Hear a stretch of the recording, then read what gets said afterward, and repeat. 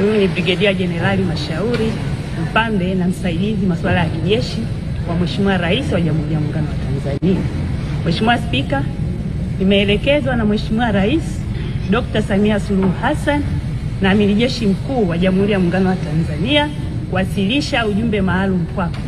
Kwa heshima na taadhima, naomba nikukabidhi.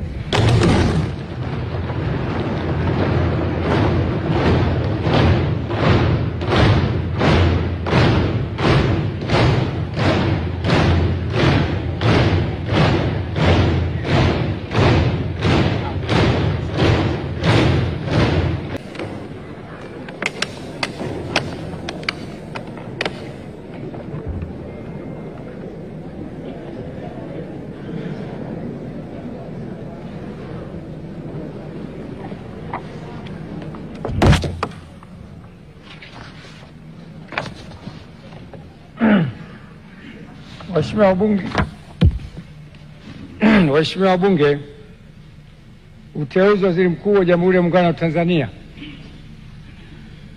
Mheshimiwa Spika, kwa mujibu wa Katiba ya Jamhuri ya Muungano wa Tanzania ibara ya 51 kifungu kidogo cha pili, Rais wa Jamhuri ya Muungano wa Tanzania baada ya kushika madaraka yake ndani ya siku 14 atamteua mbunge wa kuchaguliwa kutoka katika jimbo la uchaguzi anatokana na chama cha siasa chenye wabunge wengi zaidi, au kama hakuna chama cha siasa chenye wabunge wengi zaidi, basi atateuliwa anaelekea kuungwa mkono na wabunge wengi kwa Waziri Mkuu wa Jamhuri ya Muungano wa Tanzania. Hata hivyo, Waziri Mkuu atakayeteuliwa hatashika madaraka hayo hadi uteuzi wake umethibitishwa na Bunge kwa azimio tukaungwa mkono na kura za wabunge walio wengi. Hivyo, kwa kutekeleza matakwa hayo ya kikatiba, nimemteua Mheshimiwa